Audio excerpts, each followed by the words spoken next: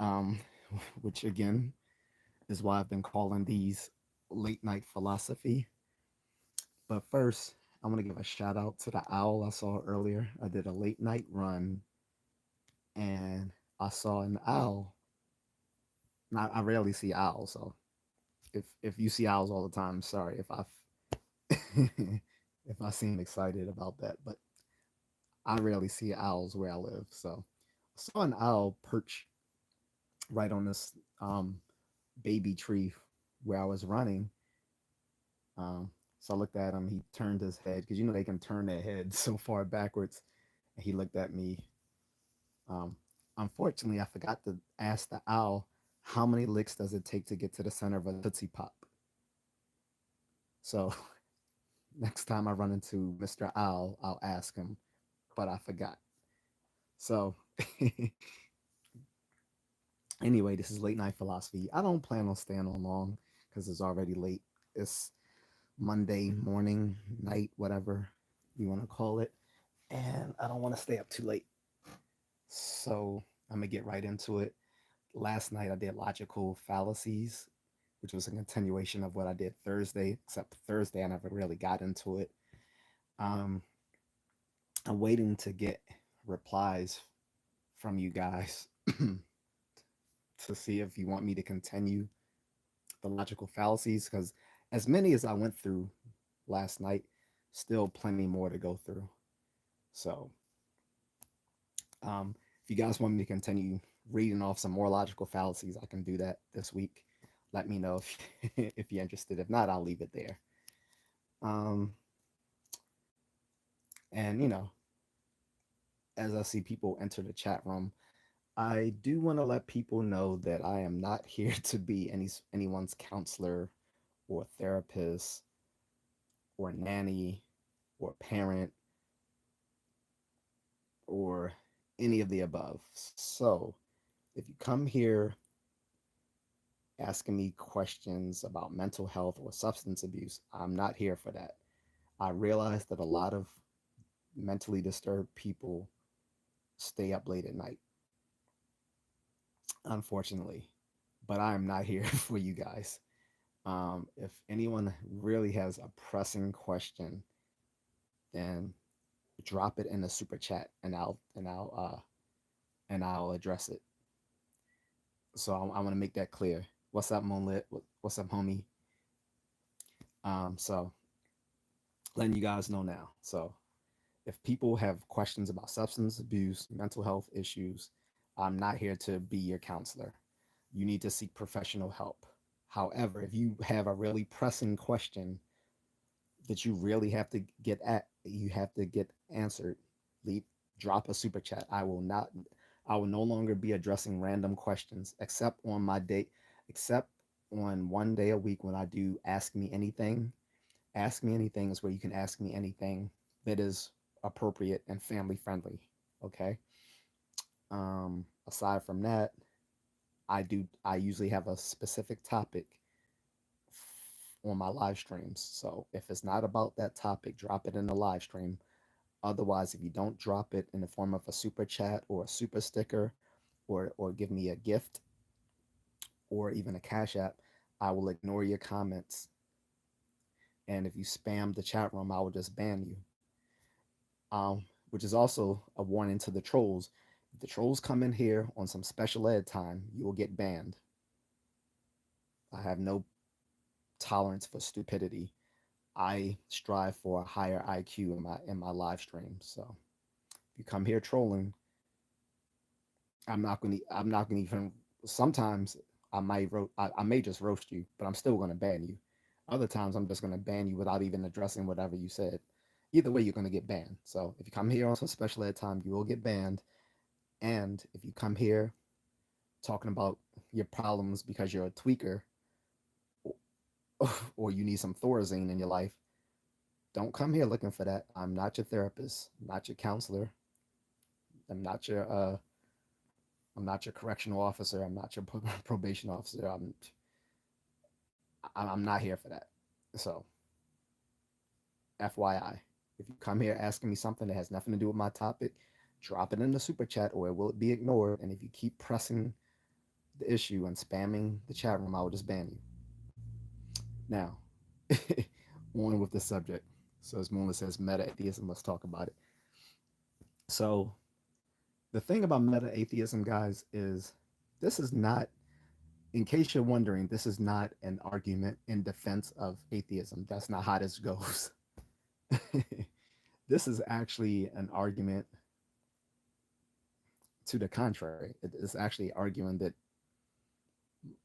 most people in the Western world already are, even if they don't acknowledge it. This is not my view, guys. This is a view of one of my professors, Professor George Ray.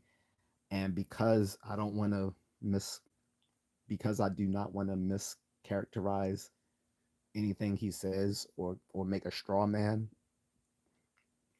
of anything that he's said, I am going to quote portions of his paper verbatim, and I'm going to quote from the longer version of his paper pause that he rewrote, because I didn't realize after I left college he rewrote the his original paper and expanded it.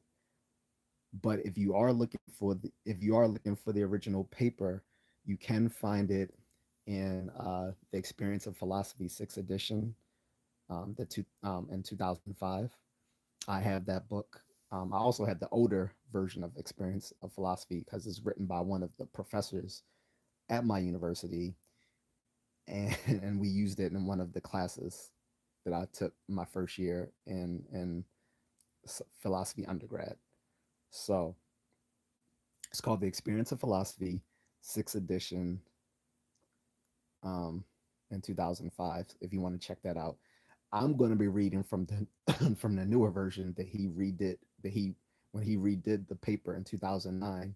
Since that is the latest version, I want to quote the latest version of what he argued, so that I'm giving you guys the the strongest form of his argument. Okay, and again, this the author of Meta Atheism is George Ray. George is with an S in the French way they spell George with an S. Ray. When I say Ray, Rey, not Ray, Rey. George Ray. He was one of my favorite professors. He was pretty funny, and this when I look at him, he looks like a younger version of Noam Chomsky, if that makes any sense. I guess it kind of makes sense since they're both Jewish, but they do have an uncanny resemblance. I, I don't remember if I ever asked them if anyone ever said he looks like him or not. I forgot because he probably would have laughed if I said so because he's actually friends with Noam Chomsky. Not to say that he agrees with Noam Chomsky's political views, but as far as his views on cognitive science, Noam Chomsky is someone you listen to. Sort of like Bertrand Russell. Like Bertrand Russell, when it came to issues on philosophy, logic, and math, um, even history, you listen to him. When it came to matters of politics, a lot of people didn't like what Bertrand Russell had to say. So sort of similar to Noam Chomsky. You don't know who Bertrand Russell is. He was a British nobleman who was uh, a Cambridge philosopher of mathematics, um, and 20th century analytic philosophy. He's one of the founders of 20th century analytic philosophy, along with um, along with Frege, Wittgenstein, G.E. Moore. Off that, so let me get into the nuts and bolts of this. So he phrases this argument as meta atheism, religious vows as self deception. So again, I want to say that meta atheism is not. This is not me pushing the idea that people should be atheists. That's not what meta atheism is about. Is rather stating the fact that many of us already are atheists, at least if we're raised in a Western education. Uh, so let me just read his intro his intro paragraph I'm gonna just read that verbatim, okay, just so you can kind of get a gist of how he voices his arguments. So, in the introduction, he says, I am not a professional philosopher of religion and have no special knowledge of theology. However, I regularly teach an introductory course in philosophy in which I discuss the standard arguments for the existence of God. I didn't take his intro course in philosophy, since my first class in philosophy was actually like a upper uh, a upper level course. So I no longer needed to take an intro course in philosophy after it's according to the teachers after I took the class. But I did take but I did keep his I did find one of his course packets for his intro philosophy class. So I kept that as a reference, but I never took his intro course. Anyway, um, so the exercise has produced in me a certain incredulity. I have come increasingly to wonder how such extremely smart people like Aquinas or Descartes could advance such patently bad arguments. Um, as I think most philosophers, even those who claim to believe, would take those arguments to bay. At any rate, I find it hard to believe that anyone really buys the ontological argument of or any of Aquinas' five ways. Existence may or may not be a predicate. This is a Some of this stuff may be abstract to you guys. The whole existence may or may not be a predicate is something that existentialists often like to say. So he's saying there may or may not be unmoved movers, uncaused causers, and undesigned teleological systems, but these arguments don't remotely establish their intended conclusion, the existence of anything like the traditional Christian God with his astounding properties of e.g. eternality, omniscience, omnipotence, and necessary benevolence. For brevity, I'll refer to these latter properties as omni properties, a being possessing them as an omni being, and religious experiences or intuitions, no matter how ecstatic or profound, could obviously be explained by any number of other far more modest hypotheses, which I'll briefly discuss in these issues in section 2 below. So I began to wonder whether the arguments were ever really seriously endorsed, and this led me to wonder whether anyone actually believed their conclusion. That is, I began to wonder whether anyone really did believe in God.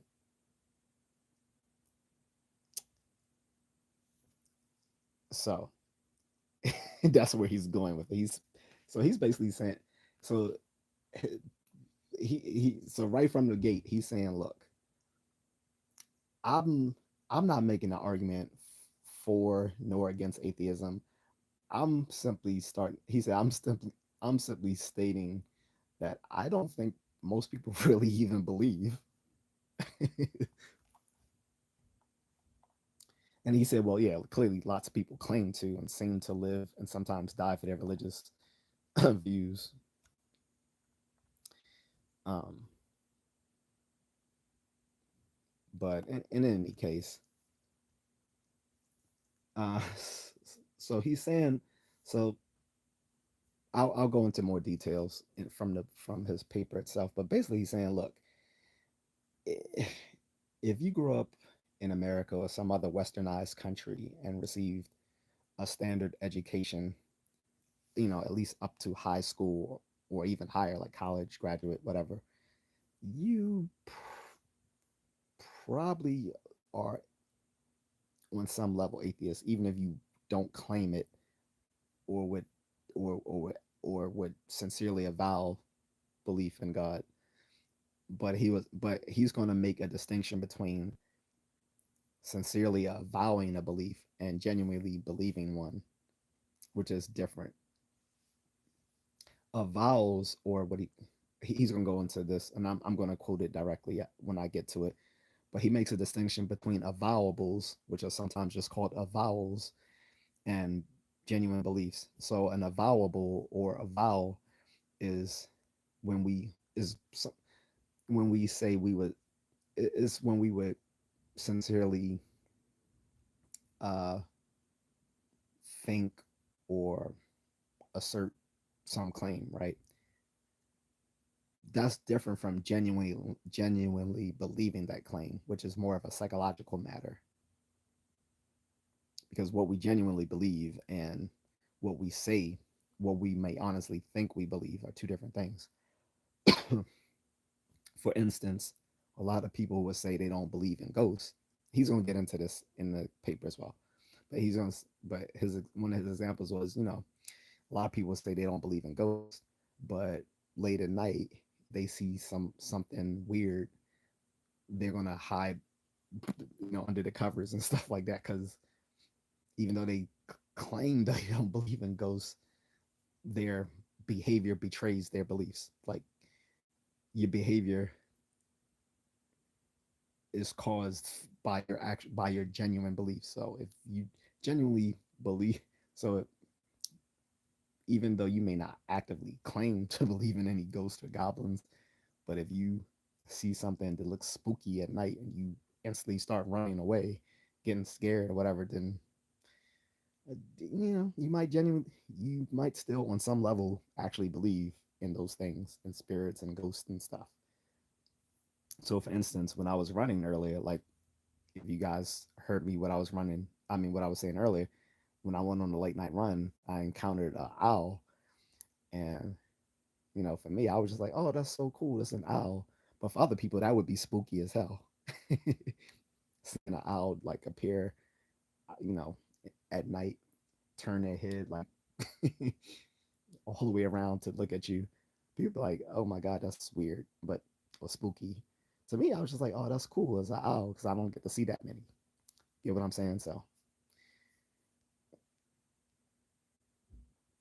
Mola says, so he's pondering that most may be atheists. I kind of agree, meaning a higher power, but not putting a name on it. No, no, no, no, not exactly. He's saying that most people don't genuinely believe in God, like, especially if they come from a westernized society. I'm gonna go into more details, so not to misquote, like to mischaracterize this argument.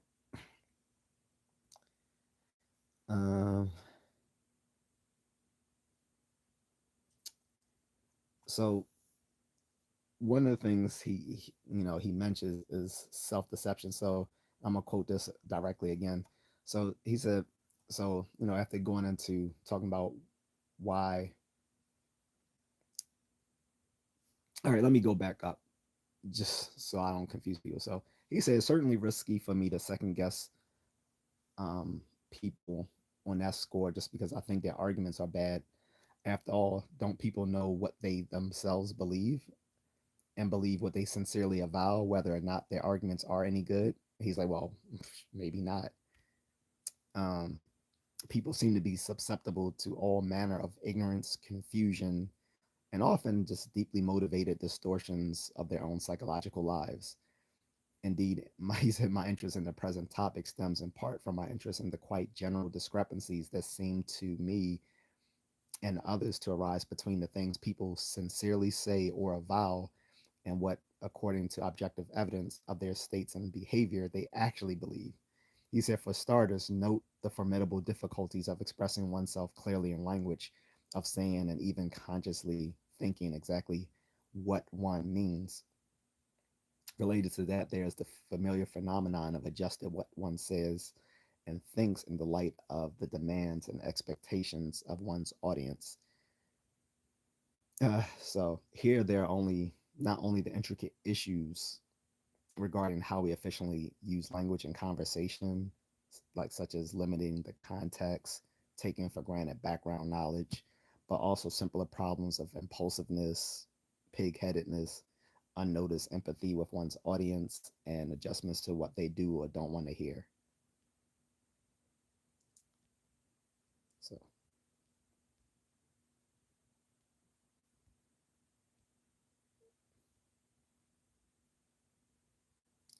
so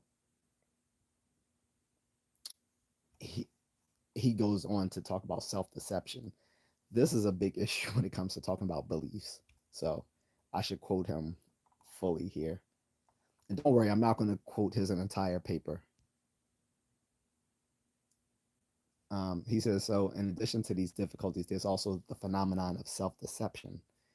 People often claim to believe things that they clearly want or are in some way committed to believing, even though at some level they know the belief is false.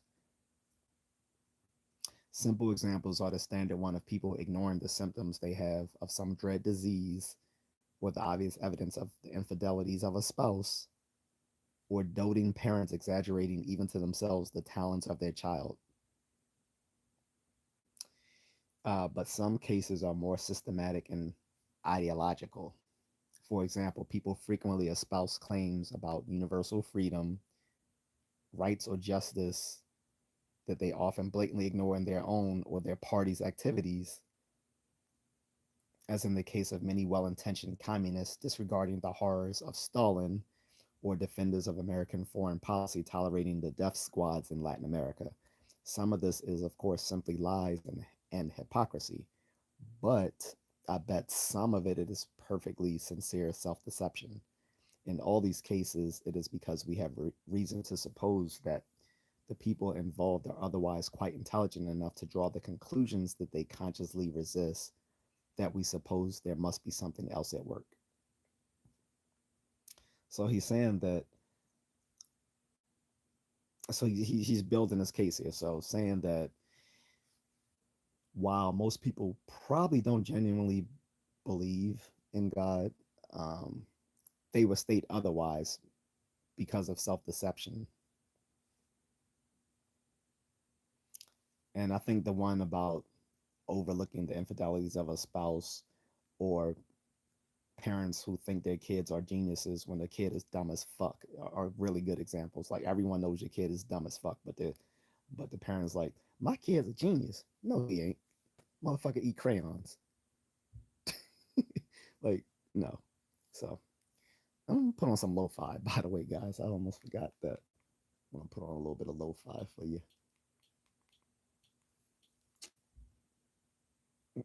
Mm-mm.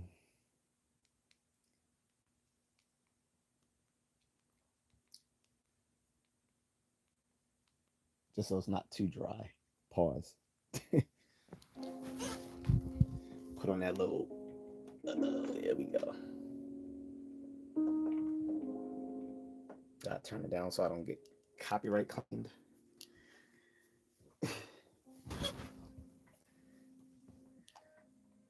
And this is, what is this lo-fi? Nighttime Streets in 1980s jazzy and cowboy bebop lo-fi jazz chill beats. He said, I can't lie, I swallowed Lego once. That has to be painful. And it had to be painful coming out too. Anyway, I don't want to think. I don't want to think about it. So,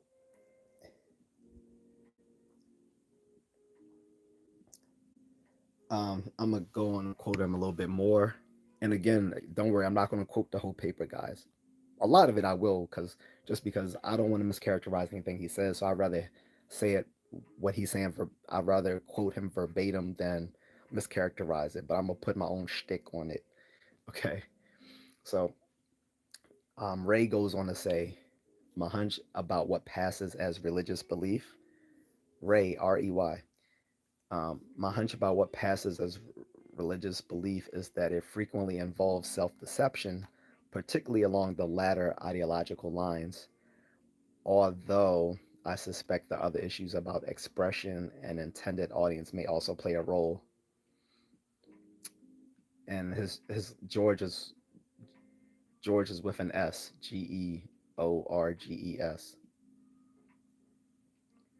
His his name is spelled in a French way. That's why it has an S, but it's the S is silent. It's George Ray.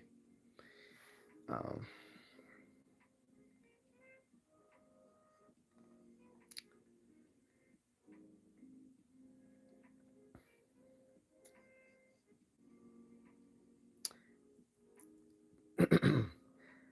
and so I find myself seriously taken seriously the following hypothesis, which, for lack of a better name, I call meta-atheism. And this is how he this is how he addresses it. Okay, and again, this is verbatim from Dr. Ray. Despite appearances, many Western adults who've been exposed to standard science and sincerely claim to believe in God are self-deceived. At some level, they believe the claim is false. I want to repeat that. First, I'm gonna grab some water, so I need to hydrate.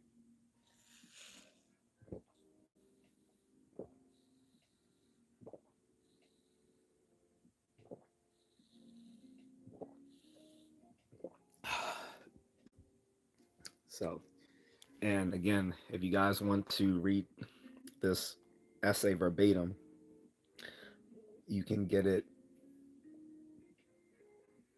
You can get it in the book "The Experience of Philosophy," sixth edition, printed in 2005. I'm not sure if the older editions before the sixth edition have that, but this is the 2009 expanded version. So I have the 2005 book at here in my bedroom, and I have the two, and I have the one that was printed in, I guess, 2000 2001 as well. That's in my that's in my box of other philosophy um, textbooks. So I'm not pulling that one out. Pause. But I do have the 2005 version. But since I'm pulling this directly offline, I mean directly online, no need to do so. You guys can pull it up online too if you really want. Just You can just Google meta atheism. But if you want the entire book, which I do highly recommend because there's a bunch of different philosophical articles in it that work sort of as an intro to philosophy, but it's better than many other intro philosophy books because instead of it just giving you like a sort of like an overlook of many philosophical concepts and tools, it actually gives you like actual like articles and essays that people have written, giving you like a peek into philosophers doing philosophy. So I recommend the book, The Experience of Philosophy by Martin R. and Kolak D, sixth edition, 2005. Okay. And that's published by the Oxford University Press, by the way. So I'm going to repeat what he calls meta atheism. So he says, I call meta atheism this: despite appearances, many Western adults who've been exposed to standard science and sincerely claim to believe in God are self deceived. At some level, they believe the claim is false. Mola says, guys, like, share, and sub. Also, read along if you can. Open other windows.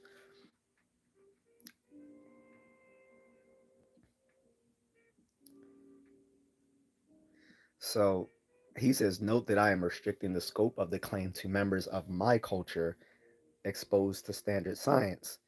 Although I expect it could be extended beyond them, I don't want to speculate here on the psychology of people not so exposed.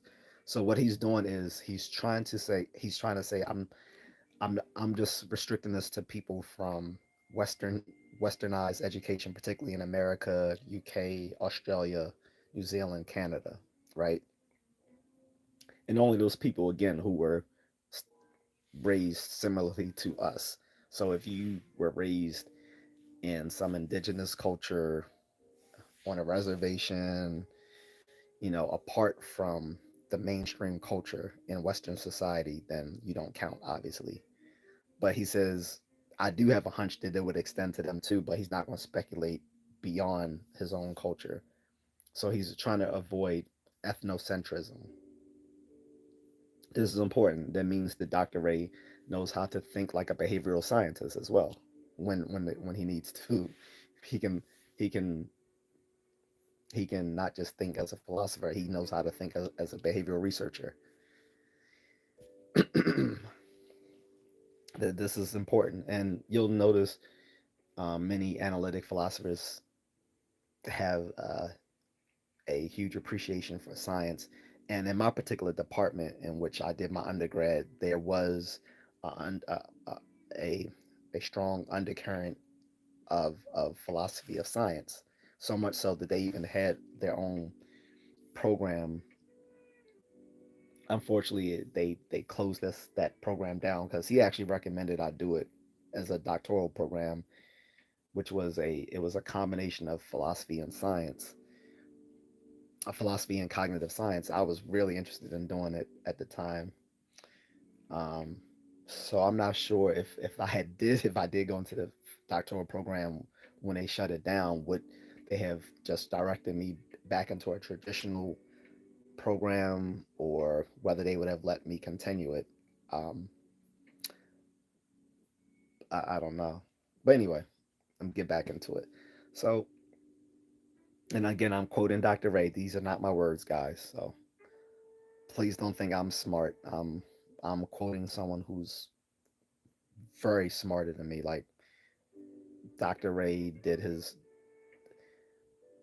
he did his he did his doctoral his yeah, he did his PhD program at Harvard, and I think his faculty advisor was Willard Van Quine himself. Like the guy I've quoted many times in many of my other philosophy live streams. That was his, I believe that was his faculty advisor. However, he was more interested in what they were doing over at MIT, because MIT is like right across the stream from Harvard. So he found himself going over to MIT to study under Jerry Fodor, who's one of the gods of cognitive science, whereas Quine was one of those hard-nosed behaviorists. So I can go into that another time, but Ray is the brilliant person here, not myself. So if anyone is tempted to think I am smart, because I've seen that in some of the comments, just know I am not smart. I'm just reading from my former professor here. All right, so going back to his words, he said, "My view is, of course, a kind of extension of the usual claims about wishful thinking and rehearsal of childhood and other social dramas that one finds in such as Marx and Freud."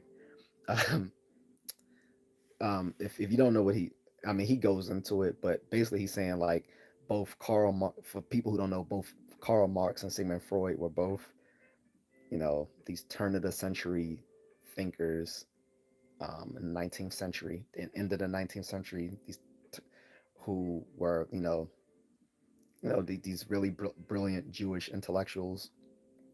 They were both atheists. Um, Marx was an atheist because he believed he thought that religion was used as a way of pacifying society. If you can promise people all sorts of rewards in the afterlife, they'll they'll make them complacent so that they won't look for to do better. And as Marx has defined history, it has been a continuous class struggle, right? Freud also disbelieved in God. He was atheist as well because he saw that people sought after God as sort of a heavenly father figure, and we know Freud and his whole issues with people's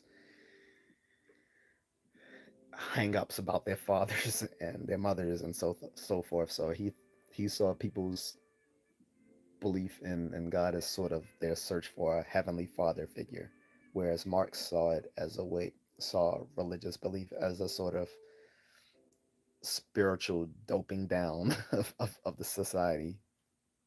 Anyway, those are my words, not Ray's. But anyway, he said, but I will also want to include other influences, for example, loyalty to one's family and other social groups, powerful commitments and identifications, or simple resistance to changing significant public stances.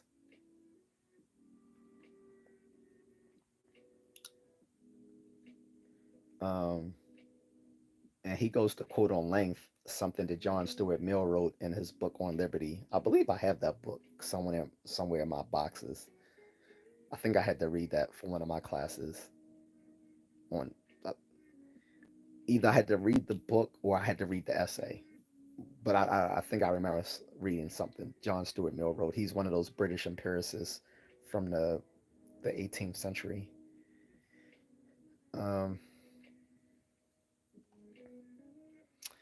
should um, Moonlit, should I quote what he says? Like he quotes directly John Stuart Mill because he thinks that it's worth noting. It is a lengthy passage, so I don't know if I should give that here. You know what? I'm going to read it. Okay, and if you guys say nah, that was you shouldn't have read that, I'll accept that. But I'll read it. Okay. So Ray says, lest the reader think my view merely a peculiar pet idea of my own, it's worth noting what Joseph Levine recently called to my attention. That's also a fellow philosopher, Dr. Levine. He said that substantially the same view was set out by John Stuart Mill in a passage in chapter 2 of his On Liberty. It's so close to what I want to defend and provide such nice evidence of his own that I quote it at length. So I'm a quote what he was quoting from John Stuart Mill. It is a lengthy passage, guys, so I'm sorry. Just be mindful that 19th century writing, 18th century writing, and 17th century writing tend to have long run on flowery sentences. So sorry in advance, okay? But he's quoting John Stuart Mill because he was saying that what John Stuart Mill said is pretty much on point with what he's saying. So this is John Stuart Mill that he's quoting here, guys, from his book On Liberty. To what an extent doctrines intrinsically fitted to make the deepest impression upon the mind may find in it as dead beliefs without being ever realized in the imagination, the feelings, or the understanding is exemplified by the manner in which the majority of believers hold the doctrines of Christianity. By Christianity, I here mean what is accounted such by all churches and sects. The maxims and precepts contained in the New Testament. These are considered sacred and accepted as laws by all professing Christians. Yet, it is scarcely too much to say that not one Christian in 1,000 guides or tests his individual conduct by reference to those laws. The standard to which he does refer is the custom of his nation, his class, or his religious profession. All Christians believe that the blessed are the poor and humble and those who are ill used by the world. That is, it is that that is easier for a camel to pass through the eye of a needle than for a rich man to enter the kingdom of heaven. That they should judge not, lest they be judged, that they should swear not at all, that they should love their neighbor as themselves, that if they would be perfect, they should sell all that they have, and give it to the poor. They are not insincere when they say that they believe these things. They do believe them, as people believe what they have always heard lauded and never discussed. But in the sense of that living belief which regulates conduct, they believe these doctrines just up to the point to which it is usual to act upon them. The doctrines in their integrity are serviceable to pelt adversaries with, and it is understood that they are to be put forward when possible as the reasons for whatever people do that they think laudable. But anyone who reminded them that the maxims require an infinity of things which they never even think of doing would gain nothing but to be classed among those very unpopular characters who affect to be better than other people. The doctrines have no hold on ordinary believers, are not a power in their minds. So I know people like, what? Yeah, so the 18th and 19th century philosophy is really dry. This is why in philosophy you will probably read things multiple times until you get a grasp of it. You'll read something, then you'll reread it, then you'll reread it, till you finally be like, oh, okay, now I understand what they're saying. In philosophy, you have to read a lot, and it's not just you have to read a lot. You have to reread things because often you won't catch it in the first reading. Sometimes you won't catch it in the second reading. This is why in contemporary philosophy there is such a heavy emphasis on clarity and on conciseness, because a lot of these writings from the past are are great despite not being clear and concise, not because of the obscurity of them. We don't find these writings in the past great because they're so obscure. We find them great despite their obscurity, because nowadays we put a heavy premium on philosophy being clear and concise and cogent. Back in the day they didn't.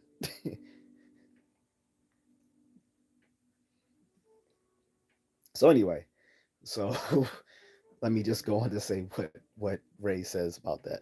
So he says Mill addresses here only some of the distinctive moral claims of Christianity, and perhaps there are special features that attach to them. Um, he said my own interests includes the moral claims, but extends well beyond them to the cluster of supernatural metaphysical claims regarding not only God's existence, but such as the properties of a hereafter, the sacrifice of Jesus, the creation of the world. Catherine says hi from the sauna down under. that sounds that sounds dirty for some reason, but whatever.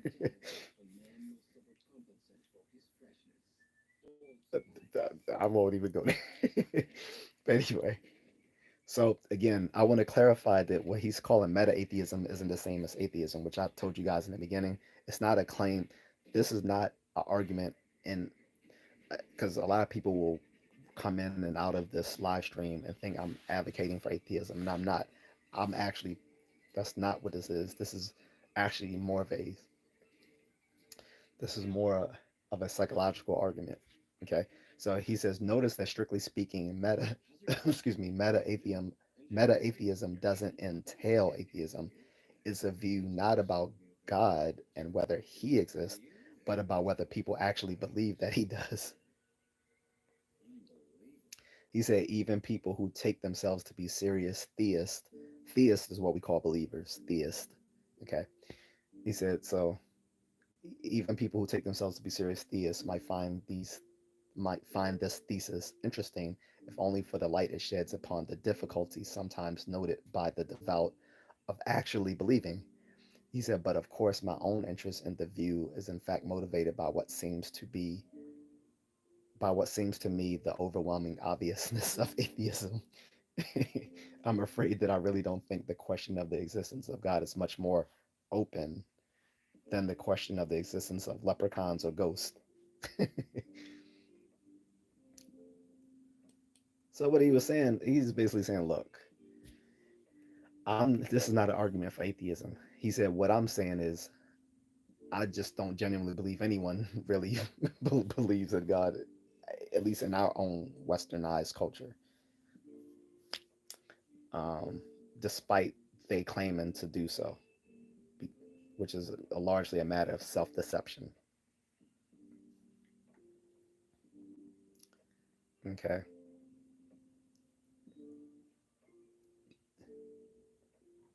Uh, see how much I'm gonna skip, because this extended version of the argument was like 29 pages long. In case it wasn't meant that way. I know it wasn't meant that way. I was just being goofy because it's late.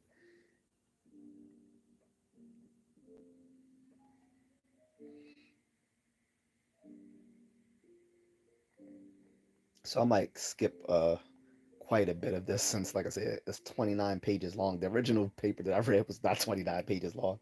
Although I have no problem reading all 29, I'm not doing it on this live. And I'm not. And then if I were to quote him verbatim for 29 pages, I would have to. I'm pretty sure I would have to give him some. You know, I would have to owe some sort of like thing for doing so. Um, I think what I might do is go skip all the way to the bottom. But again, you guys can read this thing entirely if you Google Meta-Atheism, or you can buy the book The Experiences of Philosophy, sixth edition by Kolak and Martin.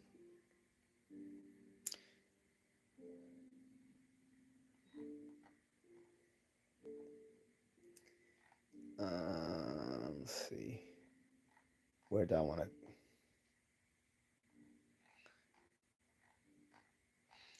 Maybe I'll just let's see here.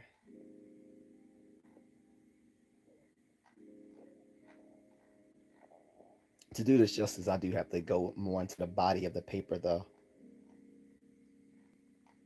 But I can't expend on all 29 pages. Melissa says so it can't be just a Western thing. Well, here he's saying it's mostly just a Western thing because, again, he said he's not going to speculate beyond Western culture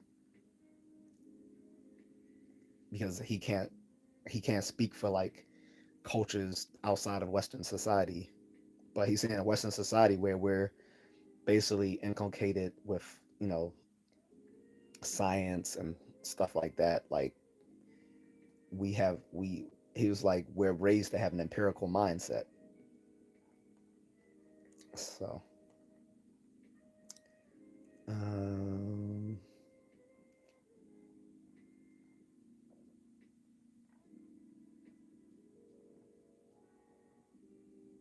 but yeah, so he says, he wants to um, set out briefly the reasons to disbelieve in God. So he goes into that, and he wants to get into the verbal issues, like talking about how people express like belief in God as short for believe that God exists and stuff like that. So he really goes into excruciating detail, which is again par for the course of analytic philosophy. They go into painstaking detail to set everything out as clearly as possible. That way, it leaves it leaves them less open towards counter arguments.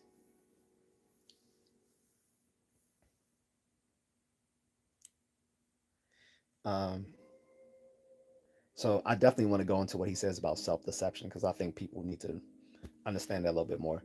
So he says, I'm inclined to describe the result of self deception as not genuine belief, but rather as things people merely sincerely think or avow, even when they don't believe them. He says, but nothing turns on this because I can well imagine someone regarding self deceptive beliefs as genuine beliefs and as simply manifesting ways in which people's beliefs can be bizarrely irrational and compartmentalized. And oh, by the way, I have seen people make counter arguments to this paper, and he's you know replied in kind to them. So, and also I should say, when I say that when I say that Ray is saying that meta atheism isn't an argument for atheism, is rather a argument saying that he doesn't believe anyone genuinely believes in the first place.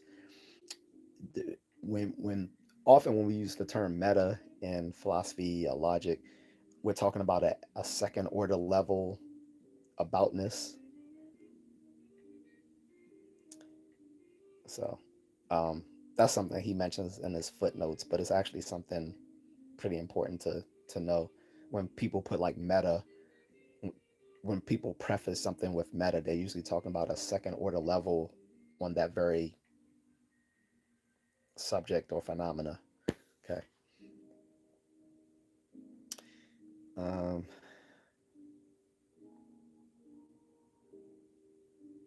so again, I want to be more specific. What's up, Asia? Uh, she says, howdy, y'all. She said, so Ray says, what concerns me is not the label, but the psychological structure. All I want to claim is that for most contemporary adults in our culture, so I want to make that clear because Monet was asking about that because he's talking about our culture, Western culture. So he said, all I want to claim is that for the most is that for most contemporary adults in our culture, there is some level at which they know very well the religious stories are false, even if they manage to get themselves to believe, avow, defend, and even die for them on the surface. Moreover, there may be further levels at which they may also believe in God. He says just enough for my purposes that there is a significant level at which they believe it's false, a level that I will argue is manifested in a number of peculiarities of much ordinary religious thought that I'll discuss in section three. So, um, and he says he's not concerned about criticizing religious practices. Um, and he's also saying that he's not, when he says self deception, he's not claiming that most religious people are psychotic as well, or that they're being insincere. That's not what he means when he's talking about self deception. He says, rather, the meta atheism I want to defend is the view that many people who sincerely claim to believe in God are self deceived, which involves a discrepancy not between what they say and what they avow, but between what they avow and what they genuinely believe, and which, as some of the other cases I've already mentioned show, can be entirely normal and even morally benign.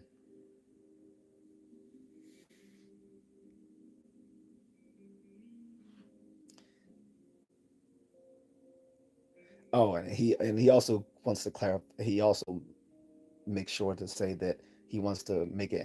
He wants to disassociate himself from the view that religious beliefs are that the religious believers are ipso facto stupid. And this is important because back in the early 2000s, there was a movement called the Brights. I don't know if you guys remember that. Some of you older folks, younger people, I know you're not going to remember this. In the around academia and amongst like skeptics and atheists, there was a movement called the Brights. Um, they were started by like Richard Dawkins and the late Daniel Dennett, two of the four men of the these were two of the guys of the so-called New Atheist movement back in the early 2000s. There was four of them. Unfortunately, two of them died already. Dennett and Christopher Hitchens. Daniel Dennett and Christopher Hitchens were the two that died, and we still have Sam Harris and Richard Dawkins. Those were the four. Those were supposed to be the the four horsemen of the new atheism back in the early 2000s, and they coined a, a term for a new movement called the Brights. And we actually talked about this in class since I used to read Skeptical Inquirer magazine, and I was actually discussing this with Dr. Ray because he was talking about how he didn't like the term bright. He was saying calling themselves bright itself wasn't very bright, and we all laughed. And I was like, well, actually, Dr. Ray, I was like, they the term wasn't the term wasn't meant to distinguish themselves from stupid people. I say it was meant they actually meant it to point as a they meant it as like a umbrella term for people who are either skeptics, atheists, humanists, and stuff like that. They didn't actually mean to um you know to insinuate that people who weren't bright were stupid. He was like, "Oh, I get it." He was like, "It was just a bad." He was like, basically, it was just a bad coin a bad coining of the term. I was like, yeah, it was, but I was like, they didn't mean it. I was like, but they didn't mean it in the way that people took it though. He was like, oh, I get it. He was like, oh, okay, I get it. It was always cool, like in a college lecture, when you could actually tell a professor something, and then they stand corrected, and they'll act. I love the intellect. I love when you have like certain professors who had that intellectual humility. That also happened to me in a physics class once. Not that I'm a genius in physics, but made a minor tweak to what the professor said in the lecture. But I came to him after class and told him. And to my surprise, he the next day, the next lecture, he actually addressed it in class and corrected himself. So that was pretty cool because me correcting a fucking theoretical physicist was just like, you know. So anyway, it was just on a minor historical detail, but so don't think I was smart or anything. I'm not. Anyway, getting back to this. So yeah, there was a movement called the Brights, and again, it was basically just the the purpose of the term. It died out, but it was basically just to be a umbrella term for all the different sorts of people out there who were either skeptics, atheists, agnostics, humanists, or rationalists, to all like kind of under band under that one term. But again, it was it was a it wasn't a good term because it kind of implied that if you weren't bright, then you were therefore stupid, and that was what Ray was criticizing both in his paper and in a course lecture that we had that day. This is back in 2003, I believe. Um, so that the term never caught on.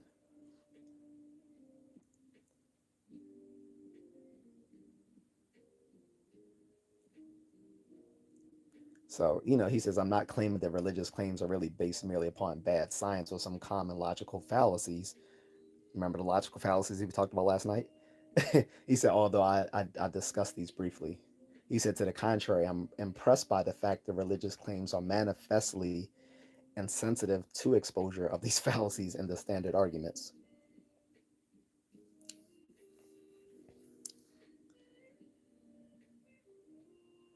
He said, it's the maintenance of the avowals, despite an understanding of the errors, that lead me to speculate that it must be due to self deception.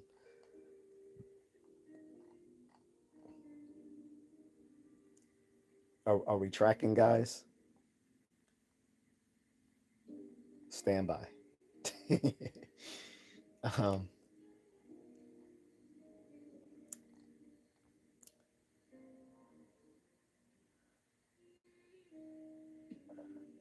so, and he's again, he is cognizant of how his how this sounds to some people, especially to people who would be religious, like to people who are already atheist or agnostic. Basically, this all sounds like pretty, like this is all like, well, duh, like that sort of thing, like you're preaching to the choir.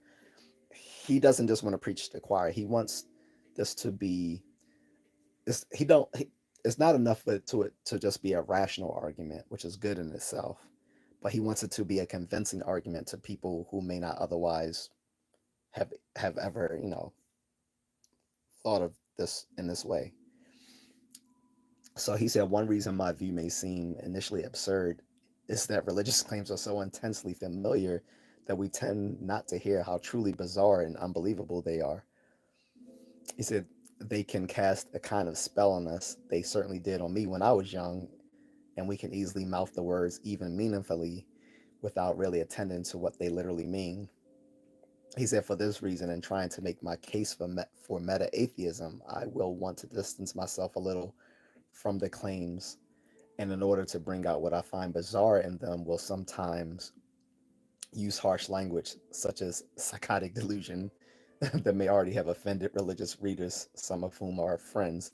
Because in some of the reply, again, in some of the counter arguments he got into this paper, these were actually friends of his. And this is why I keep trying to tell people that we've kind of lost this this sort of friendly discourse in higher academia where people can disagree with each other without seeing each other as enemies. Like in college today, like if you don't agree with someone, they take it as a personal affront to them. Like if you don't accept their gender ideology, then you're not just wrong on the issue, you're also immoral. You're a bad person, and this is ridiculous. Like in philosophy, no, we I've with Ray and others, these people will manifestly hold just beliefs that are completely at odds with each other, but be the best of friends and go out for a beer. They'll be at a philosophy symposium going back and forth with each other, and right after the symposium, we'll go off to get some beers together. This this is how this rational discourse should be. But nowadays, is like people claim stupid shit like if you that disagreeing with someone is violence, like to if you don't believe in their ideology, then that's violence against them. Like what? If so, and we know what groups I'm talking about. I just don't want to put it. I'm just not going to say it here. But you know we're talking. You know what mafia we're talking about here. The letter mob. Anywho, not to mention the people who see everything as everything as race related. Everything is not race related. But back to the subject. Um, and again, he goes in pains length to say, hey, "Look, I should emphasize that I don't mean to be particularly smug or self-righteous about my hypothesis, or pretend to be very much less self-deceived than the next person." He says self-deception and other discrepancies between our real and avowed attitudes seem to be quite widespread, maybe unavoidable, and are often entirely salutary and benign. Nothing like a little self deception to keep an otherwise querulous family together. That's right. Like, so, for instance, like for people who know a little bit about abnormal psychology, know that most normal people have a bit of self deception about their lives, because it's people who often suffer from clinical depression actually have a more realistic view of the world. And it seems okay that it is actually healthy to have a little bit of self deception about one's life to get along with people's day to day. So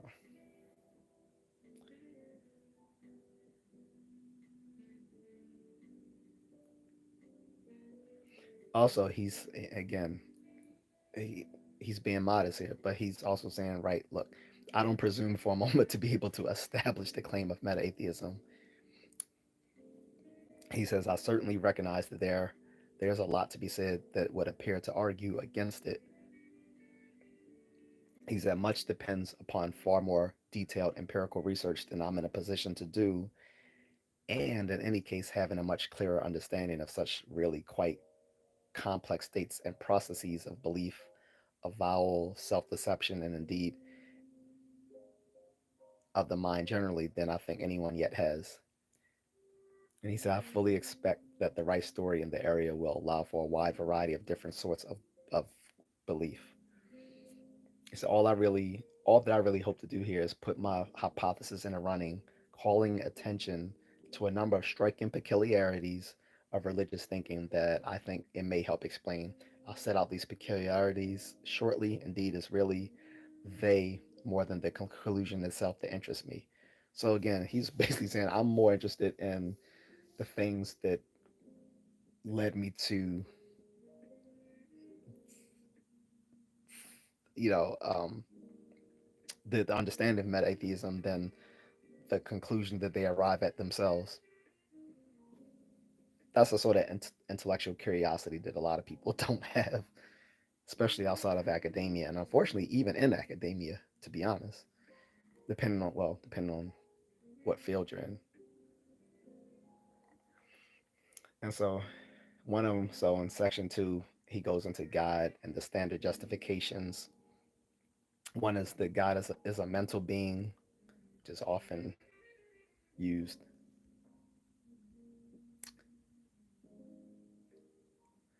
Moon says, yeah, it kind of does feel like duh, but it's articulate. He said, would neo atheism fit? Meta sounds as if it's just too cool for school far lefty stuff. I never heard of neo atheism, so I don't even know what that is. What I will say is, I think a lot of people make up a lot of goofy terms instead of just saying they're atheists or agnostics. I've heard a lot of goofy terms in the past, and I've actually addressed them to some of my professors, and I'll be like, "What do you guys think of these people talking about um, soft soft atheism versus hard atheism, and you know stuff like that?" And they was just, he was just like, "That sounds goofy." Like he didn't say it in that way, but he was just like, "Look, either." He was saying they don't understand epistemology. Basically, he's like, um, you either accept a belief, you accept a belief, you can reject it, or he said, you either believe a claim, you disbelieve a claim, or you can be agnostic, which is means you just hold no strong opinion on it one way or the other. He said, so I don't. So he was like this whole thing of weak atheism versus strong atheism, or weak agnosticism versus strong agnosticism. He's like these are just like these are just you know neologisms that people make up. Now he did address one that one of my professors created. My other professor, who again unfortunately passed away in 2022, Dr. Jack Odell, which he called linguistic agnosticism. I'm not going to go into that today. I'll do that another day. But Meta is not trying to sound cool. It's again, he's just being logical. Meta means is a when you say something is meta, it's talking about something on a second order level. It's not trying to sound cool or far left. He said Moonlit says disagree and challenging thoughts is important. He said, yeah, I was just asking a random question. So anyway, so one of the things he goes into is like the standard justifications for God. He said one is God as a mental being. Yeah, so when he said, oh, that's what meta means. Yeah, so like if you're talking about meta logic, you're talking about second order logic as opposed to first order logic. First order logic refers to the system of basically classical binary logic systems, whether predicate logic or propositional logic. Second order logic goes second order logic goes above first order logic because it's more expressive than the classical binary logic systems in the first order logic. So that's why they call it meta logic. So when someone saying meta, they're referring to second order. Meta is not something occult or anything like that. Too many hippy dippy people misuse words. Um, so I'm just going to say that this is not what Ray is saying. This is what I'm saying. Too many hippy dippy people misuse words to try to sound clever. Especially they've been smoking too much granola and they believe all these little goofy fucking met, goofy fucking occult paranormal beliefs, and they like to call everything meta to make it sound more exotic or clever. But that's not what meta means. Meta just means something on a second order level. That's it.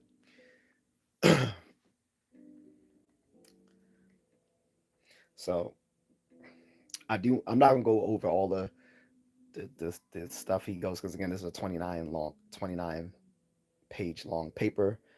But I do want to get into how he what what we understand as God because it's kind of important. So he says I should say roughly what I shall mean by quote unquote God. He said I'm most familiar with Christian conceptions, and in that short space here, will focus upon them. Although I expect much of what I say could be applied to others, meaning other conceptions of God outside of the Christian version. Um, he said what seems to me essential to most conceptions, and is that issue with atheists, is that God is a supernatural psychological being, i.e., it being not subject to ordinary physical limitations, but capable of some or other mental state, such as knowing, caring, loving, disapproving. What the believer, the theist, theist means believer, but I know that confuses some people, so I'm just going to say believer where he says theist. What the believer usually asserts that the atheist denies is that there is some such being who knows about our lives, cares about the good, either created the physical world or can intervene in it, and at least in Christianity, is in charge of a person's whereabouts in an afterlife. Um, he says, my talk of God will sometimes be short for some cluster of these standard Christian claims. He says, so if you think of God as something other than a psychological being of this sort, or that talk of God is simply a metaphorical or symbolic way of talking about love, the possibility of goodness, or the Big Bang, then much of what I say may not apply, although such weekend construals are, of course, further evidence that people don't really believe the literal theistic assertions. So he doubled down right there. So yeah, he was saying so he what he's referring to as God is specifically the Christian concept of God, but more generally any sort of supernatural being that has like intentionality, has like like has some psychological being to them, like they can know, think, believe, care, love, hate, disapprove, blah yada yada yada. Um, but he was saying if your concept of God falls outside of the understanding of him being a psychological being, like you're saying, for how some people just say God is love, or they might equate God to nature itself, which is called pantheism. This is why Baruch Spinoza was excommunicated from the church because he espoused the view of pantheism, that God is one with nature. That was They considered him a heretic and an atheist because of that belief. Um, so if you see God as nature or as the Big Bang, basically the cause of everything being identified with the Big Bang or whatever, he's saying this is not for you. He is like, however, he said, however, that is also evidence that of my meta-atheism argument, because it's basically showing that that's more evidence that people don't really believe these religious assertions. So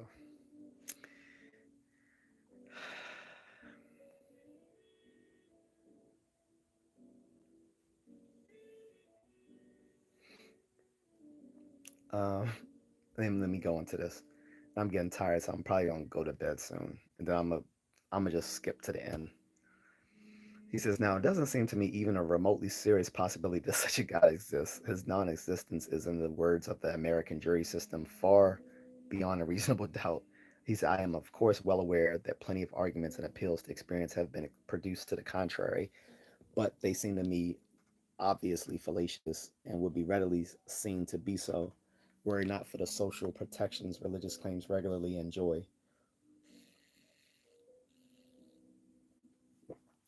So he says, for those who might be waylaid by some of the latest versions of the standard defenses, I will offer a few observations here, adding perhaps a usefully impatient perspective to the many arguments that others have been more than adequately made elsewhere.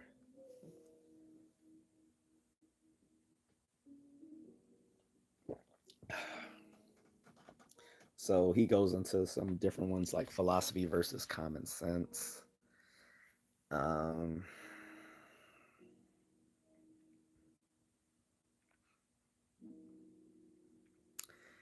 and again, I'm not going to go into too much detail with that.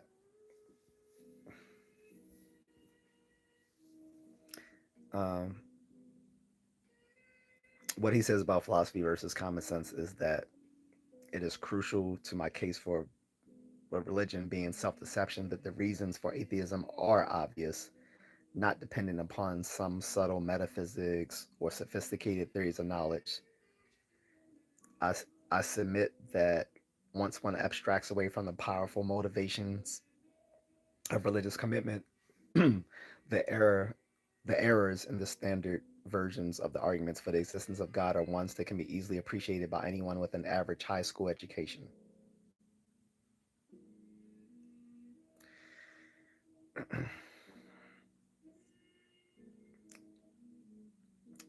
In other words, he's saying if you have a high school education, you this that's all you need to grasp this. Like this is not some high level philosophy stuff that that you have to understand to grasp this.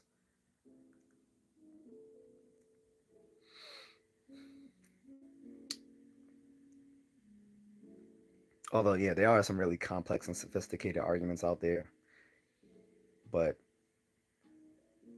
they're not necessary.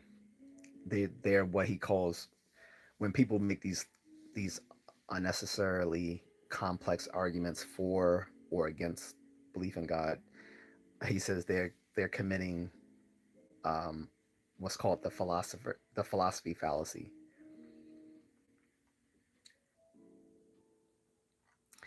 Um,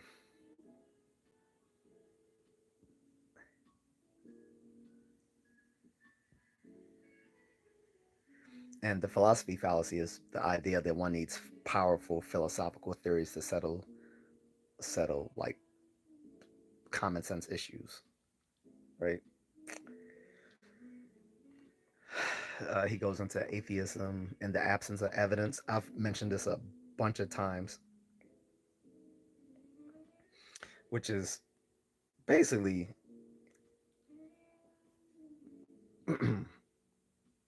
absence of evidence is evidence of absence, at least after you've looked. Because a lot of people always say, "Well, absence of evidence is an evidence of absence." Actually, yes, it is. After you've looked for an extensive amount of time and looked and looked and looked, yeah, it absence of evidence does become evidence of absence, which gives evidence for atheism. Okay.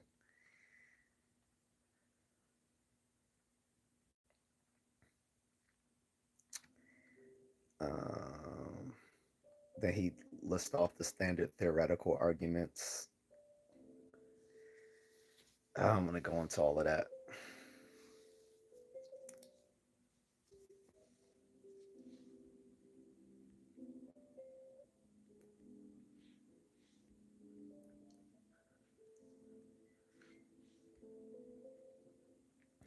Moonlit is that person legit? Because I don't know.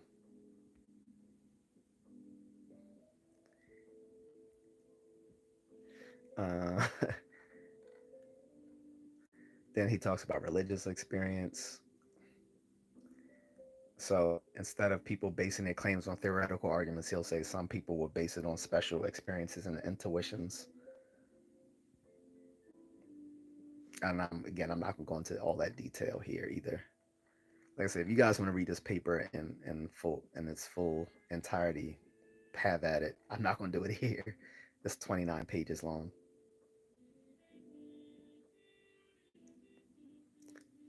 You still here, Moonlit?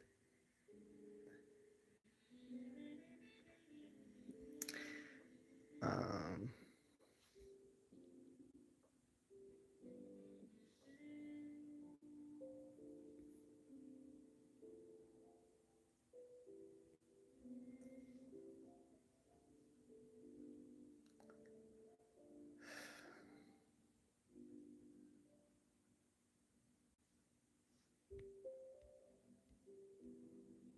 I think Moonlit checked out.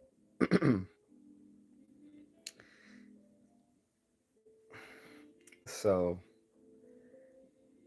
uh, where was I talking about how he talks about how people did standard justifications for God, which he goes into. So, like I said, um, defining God as a mental being, philosophy versus common sense, where people commit the philosophy fallacy, where they'll try to use complex philosophical theories to justify things that should be just a matter of common sense reasoning. Um, how atheism is backed up by absence of evidence. Um, the standard theoretical arguments people make for God's existence, as opposed to religious experience that people will sometimes base their claims on.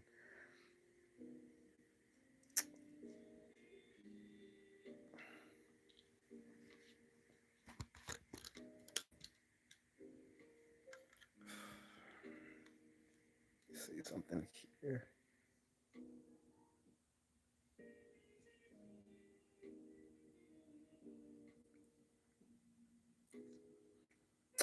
Um, and again, I won't go into a lot of that. He also talks about skeptical worries, along with the philosophy fallacy, which is basically they'll try to claim. So he gets into how believers will try to use some sort of independent evidence for religious faculties of knowledge,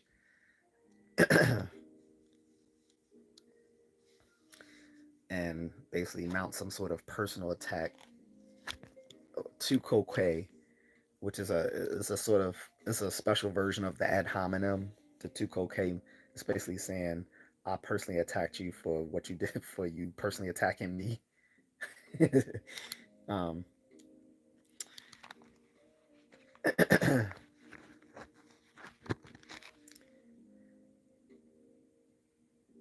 but again, he mentions this is still versions of the philosophy fallacy, like trying to make complex arguments where we can just use common sense reasoning. Like as he stated, a lot of this is just a matter of anyone who has a high school education. This does not require you getting a master's or doctoral degree to grasp this stuff. Okay, I'm gonna skip ahead. So then he goes into in the next section. He goes into his reasons for meta-atheism,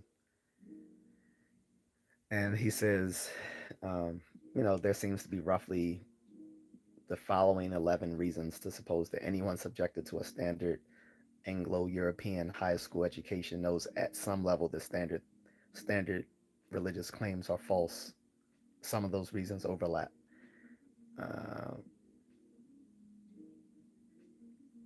and I'm not going to go into again. I'm not going to go into a lot of detail. This is a very long paper, but he says one is the obviousness of the considerations raised in the previous section that I touched on briefly. Pause. That he talks about the patent sophistry of religious arguments. Basically, that they're really shitty arguments. Like if you take if like base like basically if you didn't already hold this religious belief, you wouldn't take any of these arguments seriously. So he says the patent sophistry of them. And he says next the tolerance of otherwise insane and horrific claims. Yeah, like most of us, like when we look at um, fairy tales and and mythologies from other cultures, we see how insane some of the claims are made there, right? But when it comes to our own religious beliefs, we we don't see how absurd they are. But it's like the atheist, it's like someone who says, okay, well, those other religions are myths, but so is yours. So the atheist says, okay, you're just beginning to include your own religious claims into that body of mythology. Which again, if you took yourself outside of holding those beliefs, you would see them as just absurd as those other guys. Like a burning bush, or he goes into details with that. Like basically, like a lot of these beliefs, if you weren't already religious, you would think they're kind of insane or absurd. That someone holding these beliefs is delusional, if not psychotic.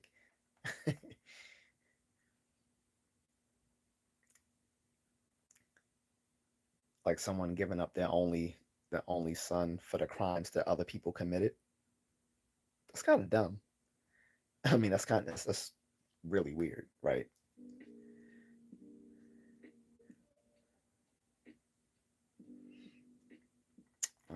and I'm not going to go into too much of that, but he gives a lot of detail on that.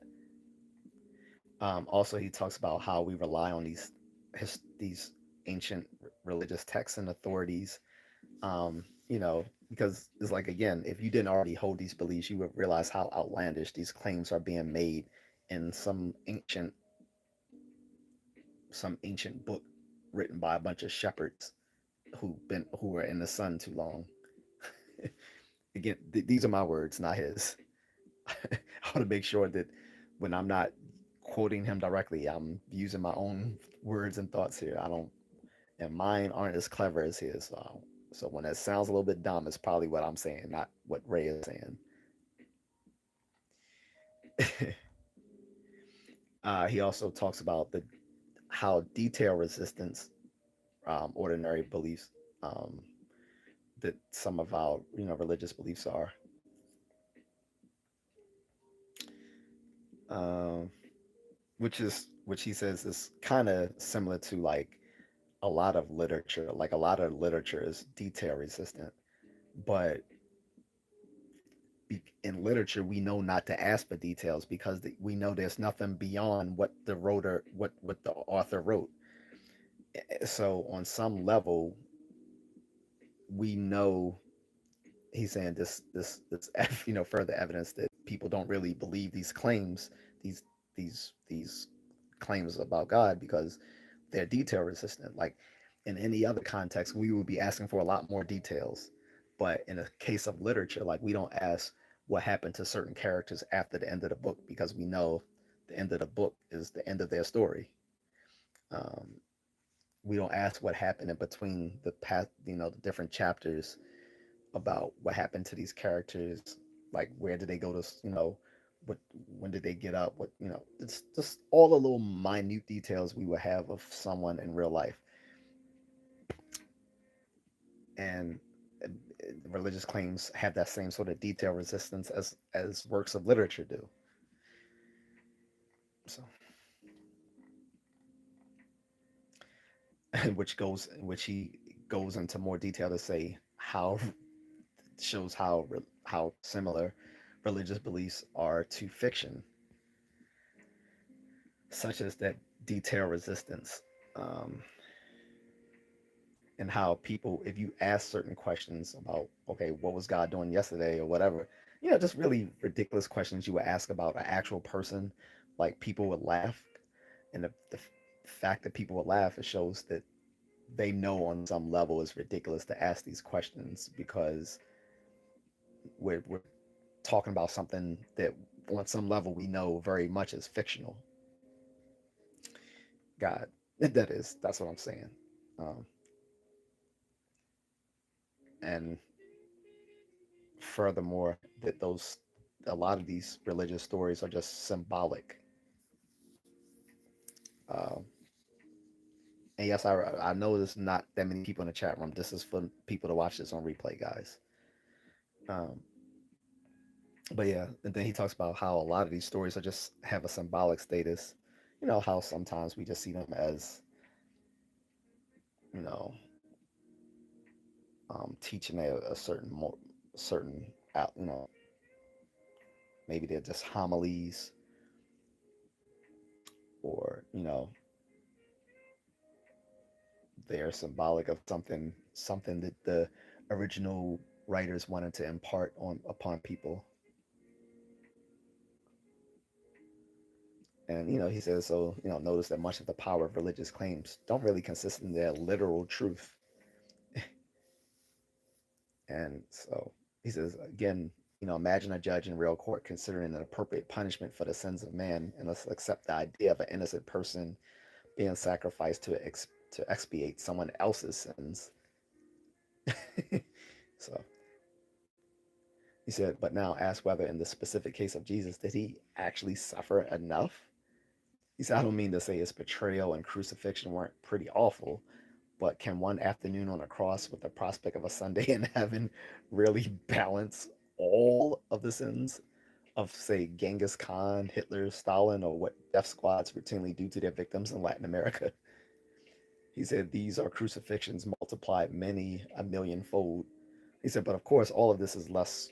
relevant if we are to take the passion story as merely symbolic fiction, that is to say, not as an actual rectifying of wrongs.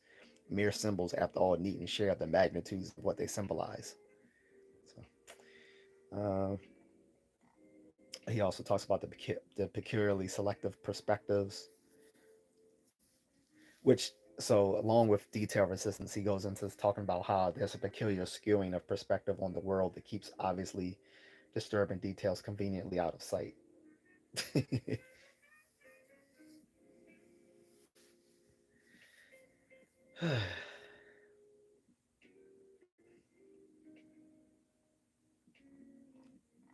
I'm not going to go into too much detail into that.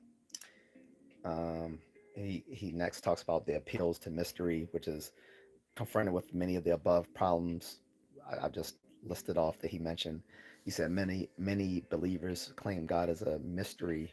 He said, indeed, I once heard a famous convert, Malcolm Muggeridge, claim mystery as his main reason for believing. But guys, mystery equals ignorance. Like he said, but ignorance is standardly a reason to not believe something. So then, of course, there's the appeals to faith. We're going to get into that. He said, of course, many religious people readily recognize the failure of evidence, but then go on to claim that religious beliefs are matters of faith, not evidence. How many times have we heard that, right? We've all heard that. Um, he said, but try thinking of the form, um, the sentence P, however, I don't have adequate evidence or reasons for believing it, or the sentence P, but it is totally absurd to believe it. He said when you substitute um, P in this, if you P is now used as a value for just that sentence, right? P. I don't want to get we're not going to get into propositional logic here. So if you substitute P for some non-religious claim, such as 2 plus 2 equals 37, or the number of stars is even, or Columbus sailed in 1962, or any of the other regressive meta claims, he said, imagine how baffling it would be to if someone claimed merely to have faith about these things. He said, as Adler, in his essay in 1999, you can check that out, Adler points out there seems to be something impossible, even conceptually incoherent about it, a little like the incoherence of thinking you know something, but being nevertheless convinced it isn't true. So, all right, moving on. See, he also talks about the betrayal by reactions of behavior. I think this was a particularly strong one.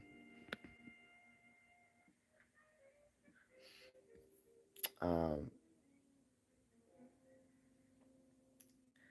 when he talks about the betrayal by reactions of behavior, he said it is this aspect of religious claims on which John Stuart Mill fastened in the passage from On Liberty that I quoted at the start, which is I read that verbatim at the top, guys. So you can go back into what I said earlier. If you're watching this on replay, you can check that out. I I quoted that whole passage from John Stuart Mill entirely. Um, he said Christians regularly avow belief in Jesus' teachings about the blessedness of the poor, the difficulty of the rich entering heaven, and how everyone should love their neighbors. But it's perfectly obvious that relatively few of them seriously live in accordance with such precepts. He said, now, of course, such discrepancies could perhaps in some cases be explained away in the usual terms of weakness of the flesh, original sin, and the complexities of living in a capitalist global economy. But although I think Mill is essentially right, there's no reason to rest the case on the evidence he cites alone. Um, and I know some of guys might be confused on a lot of so, you know, imagine like how people act at a funeral, right? Like if you really believe in the hereafter and all this sort of stuff, you shouldn't be sad at someone's funeral. You should be rejoicing, right? And so he talks about that. So he said, consider most religious people's reactions and behavior at the death of a close friend or relative. They're usually quite intense grief and mourning do not seem seriously affected by the claimed prospects of a hereafter. Um, he said, pursuing the methodology of comparing the situation with a non religious analog contrasts the reactions in two situations of a young, loving, believing couple who are each seriously ill. He said, in the first, the wife has to be sent off to a luxurious convalescent hospital for care for 2 years before the husband can come and join her for an indefinite time thereafter. In the second case, the wife is about to die and the husband has been told he will follow in 2 years. If in the second case there were really the genuine belief in a heavenly hereafter that let us suppose they both avow, why shouldn't the husband feel as glad as in the first case? Indeed, even gladder given the prospect of eternal bliss. However, I bet he'd grieve and mourn the loss like anyone else. Indeed, note how religious music for the dead is deeply lugubrious. That's just a fancy word for saying the music, religious music, tends to be really solemn and sometimes mournful. So I know that's a GRE word for you. For some of you, SAT word. I say GRE word. Same thing. Um, he said, and imagine the absurdity of performing the Mozart Requiem for someone you won't see for a few years because she has gone to a luxurious resort. If you guys don't know what the Mozart Requiem is, I highly recommend it. It's beautiful music. I am biased though because I love I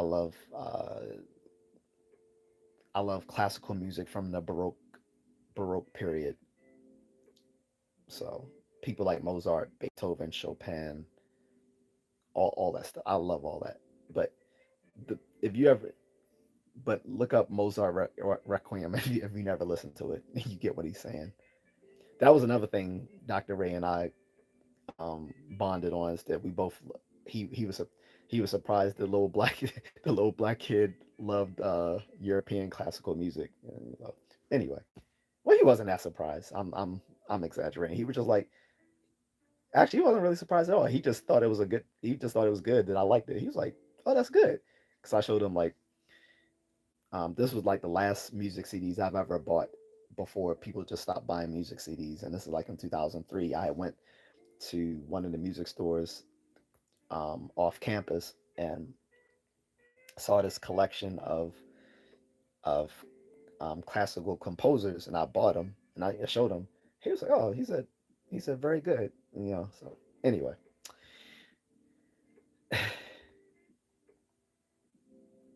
he said, "So why become so exercised about the unaliving and euthanasia, given the prospects of eternal bliss?" And he said, "Or but consider petitionary prayer." This is a good one too, and this is something another person made a point someone made. I remember a long time ago that I saw online as well, saying that for no one prays for Nana to come back. No, no, no. It says no. No one prays for like um. Well, yeah, they said like Nana or a paraplegic doesn't pray for his limbs to grow back because he knows on some level that is impossible, and which which is evidence that he knows these beliefs aren't real, like that these religious claims aren't real, that they're false. I mean, okay. So he said, or consider petitionary prayer. Um, in the first place, petitionary prayer is when you actually pray for something, for God to, you petition God to intercede on your behalf for something. I think they also come sometimes called intercessionary prayer, but here he's calling it petitionary prayer, same thing. And he said, in the first place, the idea of an omni God that would permit, e.g., children to die slowly of leukemia is already pretty puzzling. But to permit this to happen unless someone prays to him to prevent it, this verges on a certain sort of sadism and moral incoherence. Imagine a doctor who acted in this way. He said, and one wonders what people have in mind in worshiping him. Of course, one can well understand the desperation of someone praying in certain in such circumstances, or in a foxhole, or in the throes of unrequited love. It's funny because people have always said there's no atheists in foxholes. Trust you, there are, and I was one. I was an atheist in a foxhole. So when I was being sent over to Iraq and Afghanistan, like that didn't certainly that didn't it, everyone look everyone in my unit was fearful, like because we were a non combat MOS. We were cable and telephone installers and maintainers. Like um, we we weren't trained to be. I mean, we were trained to be in the field, but not in the field doing combat work, right? Doing that wet work. So everyone was like fearful. They passed out these little um, Saint Saint Michael's charms that people put on their dog tags, like I have here. At the time, I didn't put one on my dog tag because I was like, man, I don't care about. I was like, I don't need that little. I don't need some little luck, good luck charm. But I was just like, no, thank you. But you know, I like it now. Not not necessarily for its religious implications, but for its military implications. That he Saint Michael is the patron saint of the U.S. Armed Forces. So that's why now I keep it on my dog tag. But at the time, again, I refused it. I did the the the possibility of being unalived while being called for duty in the Middle East didn't certainly make me religious. Anyway, but Ray is saying I can understand why for some people it could make them feel that way.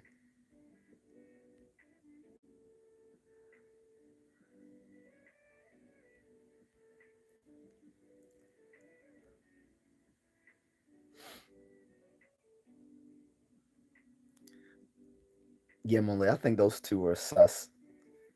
I just let them since they weren't flooding the channel. I didn't say anything, but yeah, they.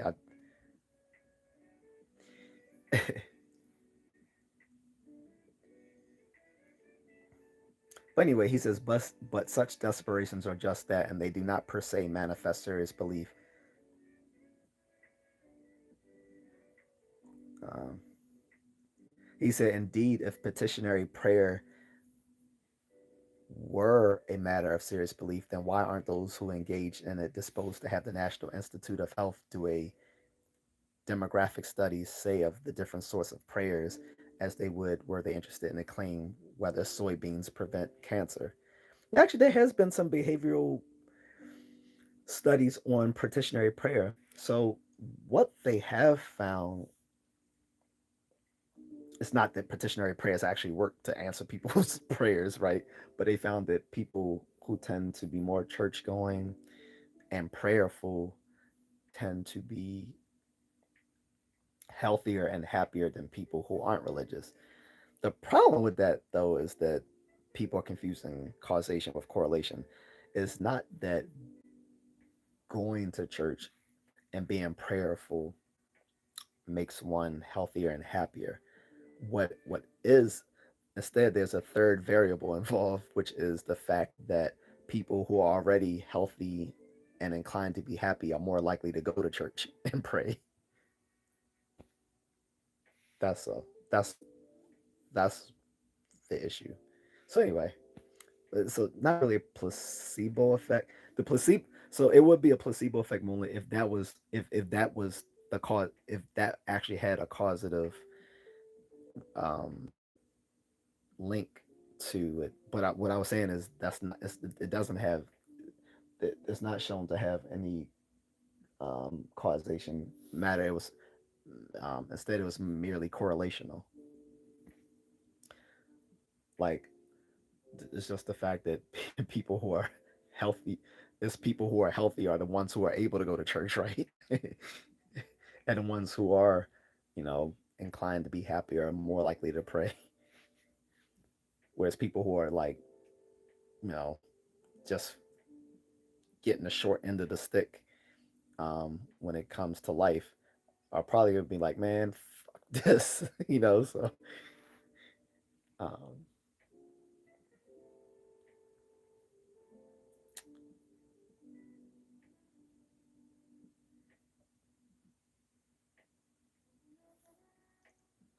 so again, he says some of the stuff that I kind of mentioned. He said, and why do none of them expect prayer to cure wooden legs? He said, or bring back Lazarus after 2,000 years. He said, I suggest that there are obvious limits to people's self deception, and they know full well that God couldn't really intervene in such obviously impossible ways. Uh, it's funny too, because I think Aquinas said it himself that you can't. This is why he mentioned in the beginning this people as brilliant as Thomas Aquinas and others that is it seems almost absurd that they would believe such goofy religious beliefs, knowing how otherwise clever these men are.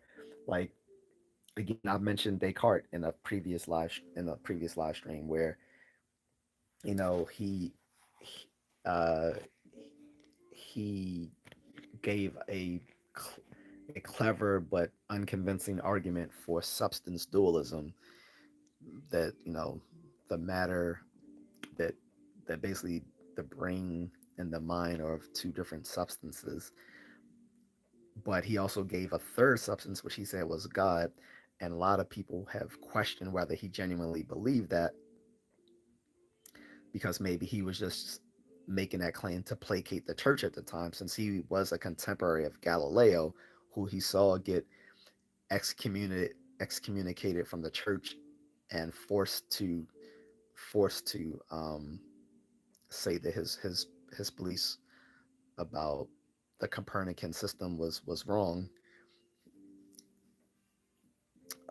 You know, but Descartes was a genuinely religious person, so he may have actually believed it, and it goes into and that would be again going into issues about self-deception, how otherwise clever people can really believe really stupid religious beliefs out of self-deception. Um, and for Thomas Aquinas, he was a really gifted scholastic philosopher from the Middle Ages, um, who furthered formal logic. And like a lot of people think nothing happened, like there was no intellectual progress during the Middle Ages. That's not necessarily true. Although in the first period of the Middle Ages, I would say it was mostly true. The first, the Middle Ages can be split into three different sects. There's the early Middle Ages, the high Middle Ages, and the late Middle Ages. The early Middle Ages is often referred to as the Dark Ages. After the fall of the Holy Roman Empire in Western Europe, things were a little bleak. Things were like the times of Conan at the time. So I know I'm going on a tangent. The point I'm making is, despite all that, a lot of the knowledge from the times of ancient Greece and Rome was maintained both by both within the Holy Church and also by a lot of the Islamic scholars. A lot of credit. It's only now that we realize we have to give a lot of credit to the maintenance of Western knowledge due to the Islamic scholars who kept this knowledge alive when Europe fell into the Dark Ages. Um, and it is those Islamic scholars and later those people from the church whose knowledge they retained from the classical period of Greece and Rome that led to the eventual Renaissance. So, why did I say all that? Well, basically to say that really clever people, out of a matter of self deception, will believe in really stupid religious beliefs, like Descartes and like Thomas Aquinas. Thomas Aquinas is one of the people who said that you can't simply add the term God into a sentence and make it true. Like you can't simply say God X, Y, and Z, instantiate that into some sentence, and that makes that sentence true. He is like, don't don't you can't add term you can't add the term God to a sentence and make it true of something that's logically impossible. Like you're not going to make something logically possible, which is logically impossible, just because you add the term God to it. It's like, okay, Aquinas, you're hitting on something, but you're just not going far enough. But whatever.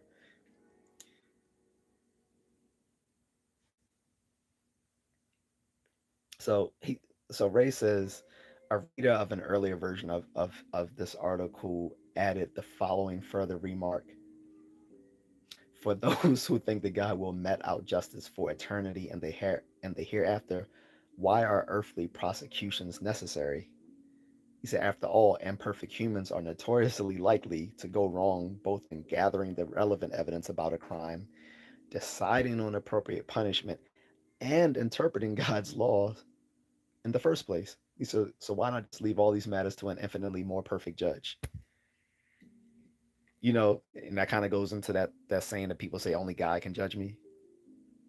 Kind of makes sense. Like if you did genuinely believe in the Christian conception of God, that would be the case.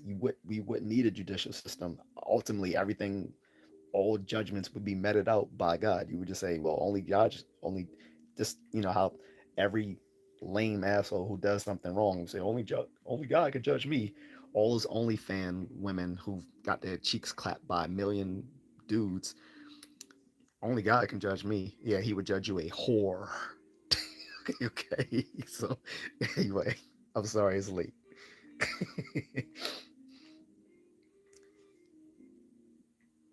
So then he goes on to say, is self deception for religious people actually benign? As he says, there seems to be a great many motivations for the self deception of religion. Um, and he said it may be due to a lot of things. It could be purely sociological, purely sociological, loyal, such as loyalty to one's family, culture, tribe, maintaining public stances. We know this, right? Loyalty to one's family, like you know how a lot of people parents say, in my house you're gonna believe X, Y, and Z. Like in this house we are Catholic. In this house we are Muslim. In this house we are Jedi. Like so whatever. In my house we are Jedi. Get it right. So I'm joking. I'm joking. No, why am I joking? Anyway, so uh, others it may be more psychological, like taking refuge in the consoling stories of one's childhood, giving expression to sensitivities that can be difficult to articulate regarding what's important about people in the world. Like some of it may be due to desperate situations, like how a lot of recovering alcoholics believe in a higher power, or everyone becomes a believer in a foxhole, like I just mentioned. He's under this review Jedi. I'm a Sith, Daddy. Oh no, we aren't. Get your little Sith stuff.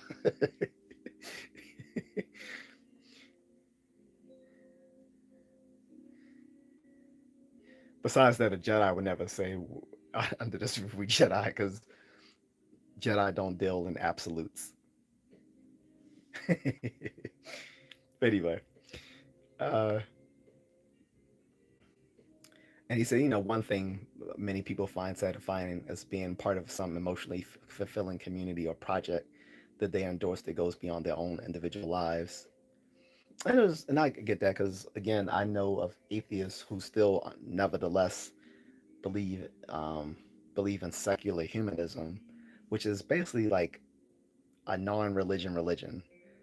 Because one of my friends was surprised I didn't embrace secular humanism. I'm like, no, that's just a religion without the supernatural. I was like, I have no need for that. He's like, but yeah, it's a community for atheists and skeptics. I'm like, I don't need a community.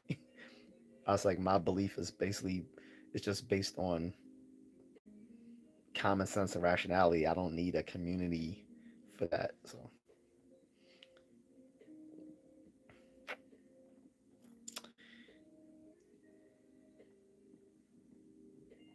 um,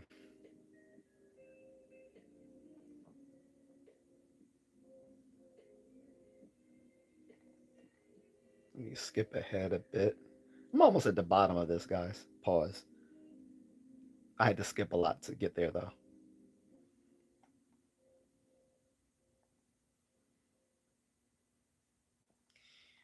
Um,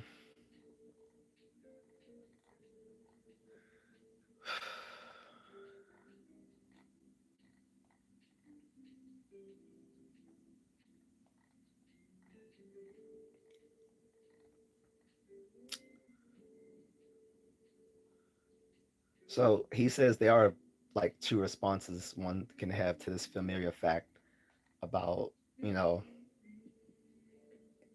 whether self deception is of a religion is benign. He said the first is to notice that the appeal to some largest possible project is really only a temporary palliative. Um, he said, at any rate, if one really doesn't find some very large project, such as art, knowledge, or human welfare, somehow gratifying in itself, it's difficult to see how just increasing the project's community to include superhuman gods should be of any help. He said, why shouldn't one wonder and be depressed about the meaninglessness, the meaningless of these projects as well? Indeed, if it were the largest possible project, then it would be metaphysically impossible for it to have any meaning beyond itself. He said, and would it help to be eternal? If something isn't meaningful over a finite time, it's hard to see how it would gain meaning by being extended forever. External pointlessness might well be worse than death. That was that was actually a that is a burn. It's a nerd. It's a very nerdy burn, but it's a burn. He said, "Explain how art is in that." What do you mean art? Um, we're not talking about art. With this, he's talking about why he he's answering the question: is self deception when it comes to religion a benign thing? So, uh,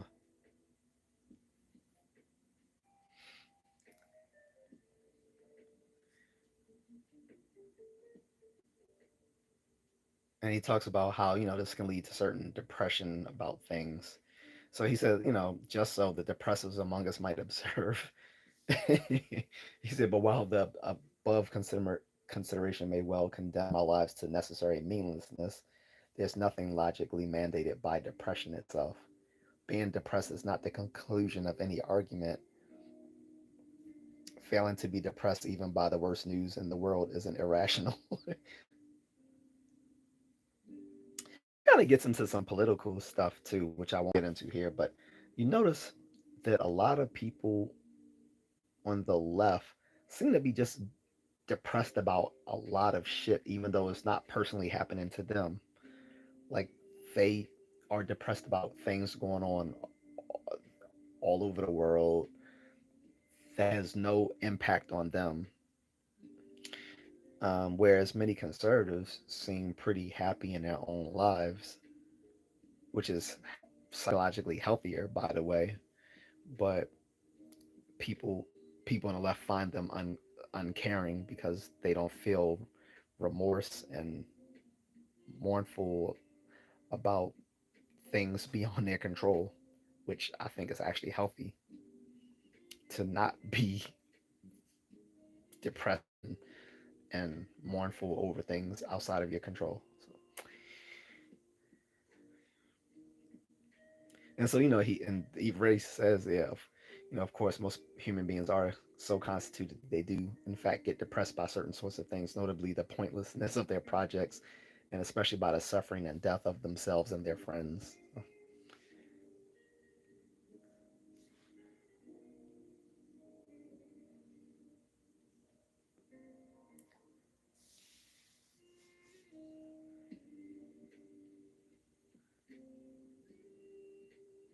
But he also says, it's, and I'm gonna quote him directly. He says, "It seems to me another instance of the philosophy fallacy to think that one needs grand metaphysical religious stories in order to genuinely or legitimately enjoy the good things that life does sometimes afford." So basically, like a lot of these people, again, you notice a lot of people on the left are atheists. Like here's like even though I've moved more to the political right, a lot of my views can still be stuff that you might see me align more with the left. Like I am atheist, right? Um, I am, you know, pretty well educated, although it's a myth that people on the right aren't well educated. The difference is people on the right don't wear their education as a badge on their sleeve to tell to look to project some moral and intellectual superiority over others. The people on the right used to do that though 30 years ago. It's just that this has changed. People on the right, if if you're young, you didn't notice, but for us older folks, we remember when it was the people on the right, the conservatives, who were often seen as aloof and of the elite. Now there's people on the left. Which is completely mind-boggling from being a young kid, teenager, seeing people on the right and the conservatives normally seen as being this elite class of people to seeing us now on the left. But in any case, the the fact that there is a certain, like, again, with religious belief, there's a certain psychological benefit to for believers that disbelievers don't have, as he's pointing out here.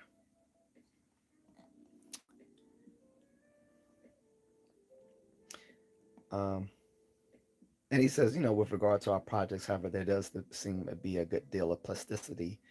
At least the economically fortunate can usually focus their attention on one group or project rather than another. Most of life, after all, is a pretty local affair, seldom requiring attention to all one's concerns, least of all to the big questions. He said, frustration with family can be replaced, again, at least for the lucky, with satisfaction work or maybe with just hanging out and schmoozing with friends. He said, perhaps though this is where a little self deception may be in order. Thinking your efforts are worthwhile for some larger project you approve is probably necessary to get your heart into those efforts.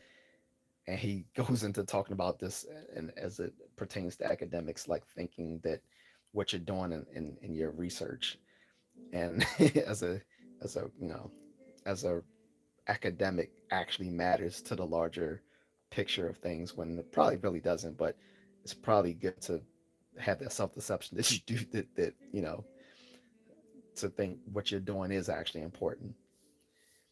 It, if it's any consolation, it was important to me, so maybe he would be happy that at least one of his former students takes this stuff seriously 22 years later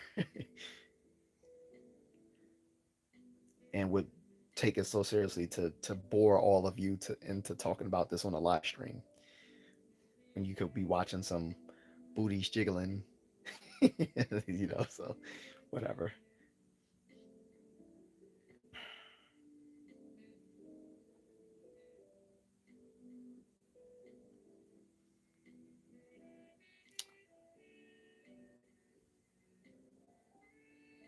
But he says, excuse me. So he says, my chief qualms about most religion, even the self deception, are not, however, with regard to the rational absurdity of the claims, but to the use of those claims to buttress claims in other domains, specifically ethics and psychology. So I kind of mentioned some of this stuff. So it seemed like I was going on tangents, guys, but some of this stuff does circle back onto itself.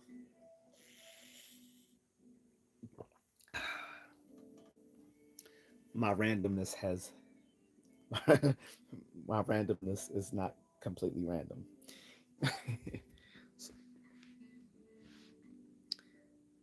So he says claims, for example, about which people God has chosen, what he has promised them, whose side he favors in a war, which sexual arrangements he approves, are somehow supposed to provide some special grounding to moral views and have, of course, been enlisted to this effect on behalf of conquest, racism, slavery, and persecution of sexual minorities.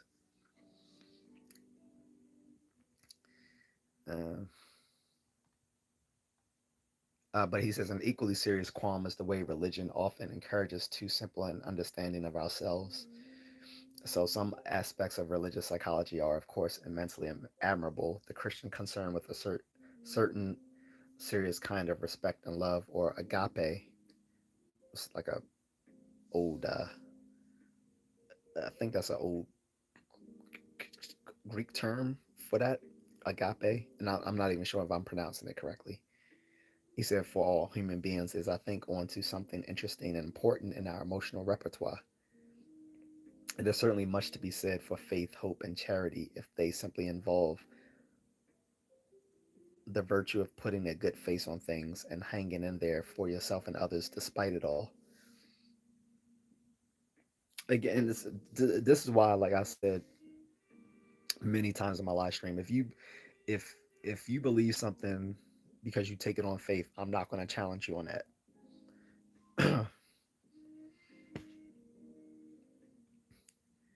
You know,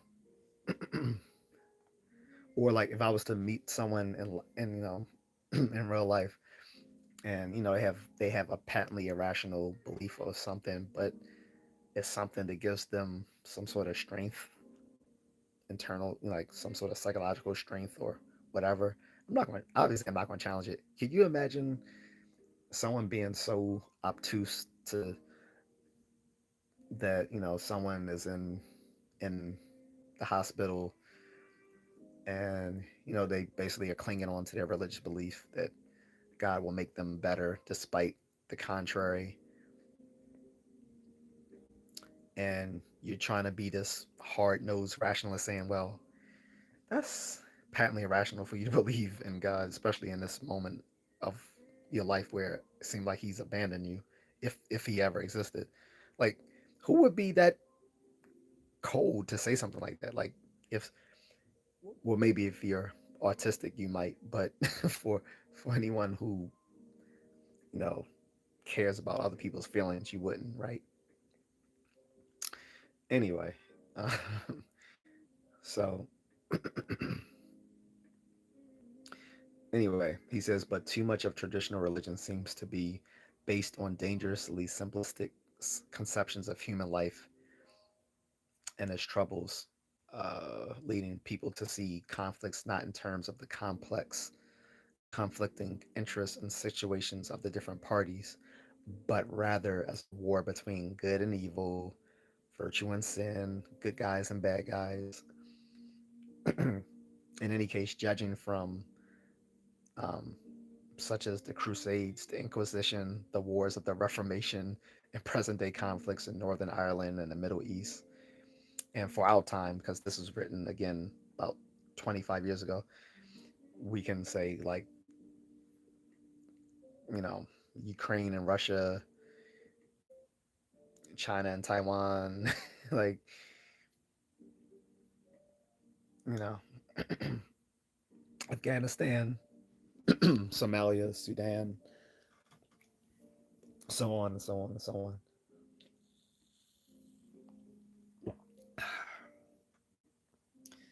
Um, it would appear the religious, excuse me, need more water.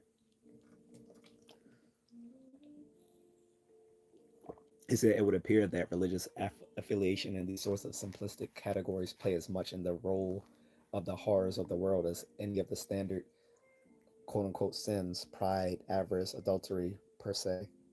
Reason enough, I should think, to be wary about religion as self deception, not to mention as genuine belief. Boom. QED, which is stands for quod erat demonstratum, that which to that which to be proven has been proven. Okay. So anyway, that's it, guys. I'm done. It's been a long slog. I didn't mean to be on this late. If you guys have any questions about that, leave it in the comment section. Please, show some support. If you like what I'm doing here, you can sign up for a membership. It's really cheap, or you can drop me a super thanks, um, or you can buy me a coffee at buymeacoffee.com. That link will be in my description as as uh, along with my Cash App handle. So if you want to Cash App me instead of sending me a super thanks, I'll appreciate it because it comes to me directly. I don't have to wait till YouTube dispenses that money out to me. Like I said, or you can drop me a like I said, you can just drop me a super thanks or buy a membership. I do have members only content up.